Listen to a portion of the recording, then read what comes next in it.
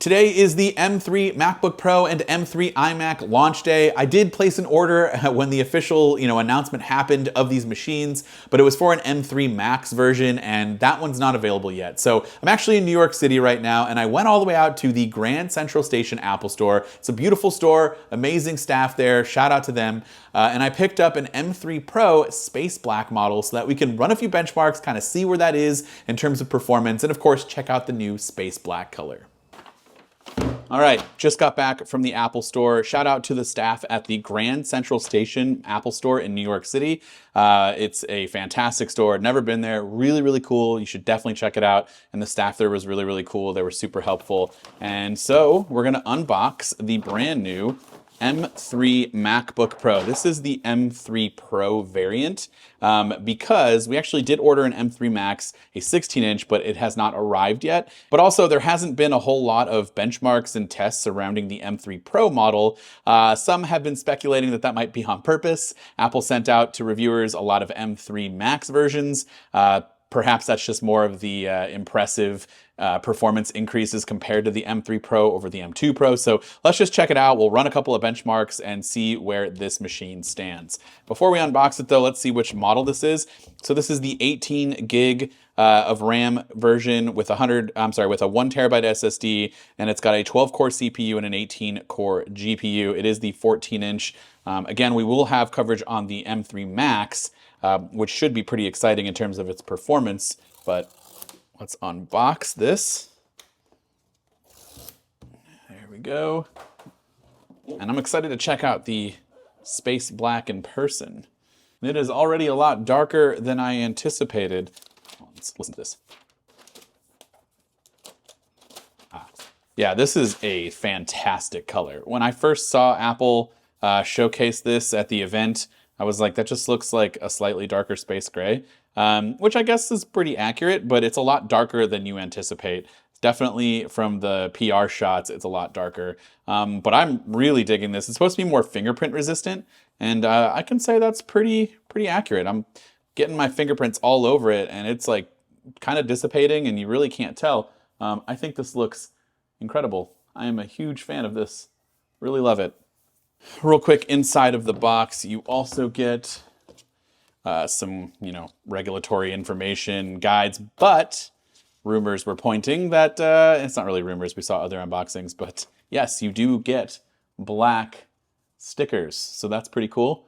Check that out, black Apple stickers, for those of you who are interested. And you also get a color matching cable. This is a MagSafe to USB-C. It is a darker color there. And then, I kind of wish Apple would do this, but I don't think they ever will, is color match the bricks to make it all unified and black. And also in terms of the Mac itself, nothing has really changed either. I mean, besides the color, this is pretty much the exact same. So here you have your MagSafe cable, your MagSafe port, You have 2 USB-C ports and one 3.5 millimeter headphone jack. And then on the other side, you have HDMI, USB-C, and your SD card slot. And then you have your 14-inch Liquid Retina XDR display. It's a beautiful display with ProMotion, 120 hertz. You do have that notch up there, but it is a great laptop display, probably one of the best in my opinions. And so yeah, I'm gonna get this thing set up and I'll fire up some benchmarks and let you guys know the results on where this M3 Pro model stands compared to some of the other models out there. So real quick, before we end this video, I did want to touch on a few benchmarks, specifically with Geekbench 6, just kind of gives us a preliminary baseline of where this machine is at. Again, this is a 12-core CPU, 18-core GPU model with 1 terabyte of SSD storage and 18 gigs of RAM.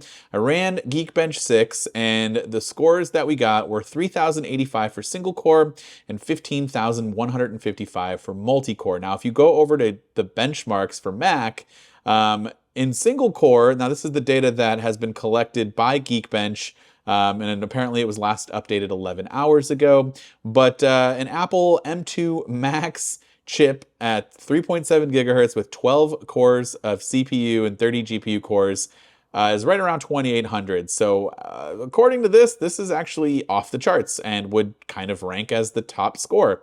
For multi-core, we do not have the same case. This would slot us in what we were at 15,155, so that would put us right above that same Mac Studio, but underneath the M1 Ultra that has 20 cores. So in between those two models for multi-core performance. And then we ran OpenCL score for the GPU, which gave us 51,093. And that puts us somewhere around here. So in between the 16-inch MacBook Pro running the M2 Pro from last year, I guess from earlier this year. Again, right around that 12-core CPU and 19-core GPU. So that's about right, considering this is one less core. You still are getting roughly the same performance. Actually, you're just getting a little bit better, and it's a little bit below that Mac Studio, which is an M1 Max. And then in terms of metal, let's see, we had 79,037. And if we go here to the metal scores, that puts us in between the Mac Mini running M2 Pro with 19 cores. So, in between the 19 and 16 GPU core models of that Mac Mini and MacBook Pro running the M2 Pro. Take this for what it's worth. I mean, it's kind of up to you on what you want to kind of put this together and where it might be. I've only had this machine for like an hour, so very, very preliminary, but overall, love the Space Black. It's pretty much the same machine as everything else before, and the performance is probably going to be really good if you're coming from anything older than M2 for sure, and M1 definitely Intel. But then when you start getting into that M2 and M3 or even like an M1 Ultra, you're kind of towing the line here on whether or not you have significantly better performance. And of course, you can check out those scores. And yeah, let me know in the comments down below what you think about all of this. Would love to hear your thoughts. And if you picked up any of the new machines, go ahead and let me know which one down in those comments. This has been Dan with MacRumors. Thanks so much for watching, and I hope to see you around in the next video.